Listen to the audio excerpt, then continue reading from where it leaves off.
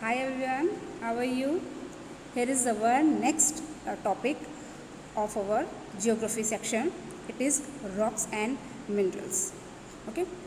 Last video में हमने discuss किया था कि हमारी अर्थ 5 लेयर्स से बनी हुई है. Okay. In this topic we should talk about rocks and minerals. Okay. The earth crust is made up of various type of rocks. हमारी जो अर्थ की क्रस्ट है, क्रस्ट मीन्स उस दिन भी पैदा आता है. क्रस्ट मतलब वो हिस्सा जो मिट्टी, पहाड़, पर्वत, ओके, बहुत सारे माउंटेन्स, मिट्टी, रेती, ओके, सॉइल जिसे हम बोलते हैं, उससे बनी हुई है. But any natural masses of mineral matter then makes up earth crust is called a rock. Earth के ऊपर यानी कि अर्थ के आउटर लेयर पर कोई भी मिनरल्स जब एकदम सॉलिड फॉर्म में होती है, ओके, तो उसे हम रॉक कहते हैं. Rock can be different colour, size and texture. Rock हमेशा डिफरेंट कलर में, डिफरेंट साइज़ में और डिफरेंट टेक्सचर में होती है. ओके. अब ये चीज़ें क्या हैं वो हम डिस्कस करते हैं आगे. रॉक एक बहुत ज़रूरी हिस्सा है हमारी अर्थ को इस्टेब्लिश करने का, और अब वो इतना ज़रूरी हिस्सा है कि वो हमारी लाइफ का भी हिस्सा बन चुका है. रॉक को हम हर एक तरीके से अपने लाइफ में यूज़ करते हैं, अपने डेली रूटीन में यूज़ करते हैं. Okay. There are 3 major type of rocks.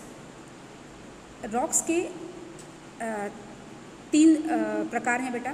First is igneous mass rock, then sedimentary rock and metaphoric rock. First is igneous rock, second is sedimentary rock, and third is metaphoric rock. Okay, so you should learn about that. What? First is igneous rock, second is sedimentary rock, and third is metaphoric rock. Okay, now when the molten magma cools, molten magma, what do you mean by molten magma? आपको पता है कि जब भी ज़मीन के अंदर imbalance होता है, यानी कि अर्थ के अंदर लेयर्स में इम्बैलेंस होता है, तो हमेशा ज्वालामुखी फटता है. ठीक है. ओके. ज्वालामुखी फटता है. तो वो ज्वालामुखी के अंदर से जो मैग्मा निकलता है, मैग्मा मतलब एकदम लिक्विड फॉर्म में होता है, एकदम थिक फॉर्म में होता है, बट लिक्विड फॉर्म में होता है.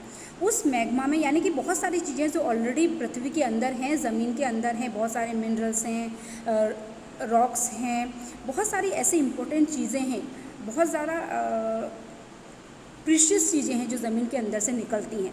ठीक है. तो वो जब एकदम लिक्विड फॉर्म में बाहर आती हैं, ठीक है, ज्वालामुखी फटता है तो वो लिक्विड फॉर्म में नदी के जैसा बाहर निकलती हैं. थोड़ा थिक रहती हैं बट नदी के जैसा बाहर निकलती हैं और फैल जाती हैं चारों तरफ. ठीक है.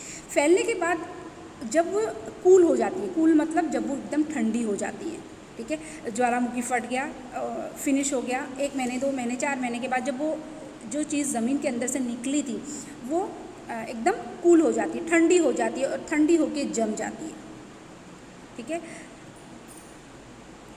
सो उसे ही when the molten magma cools, जब मोल्टन मैग्मा एकदम ठंडा हो जाता है, इट बिकम्स सॉलिड, तब वो कैसा हो जाता है? एकदम सॉलिड हो जाता है. Rocks thus formed are called igneous rock.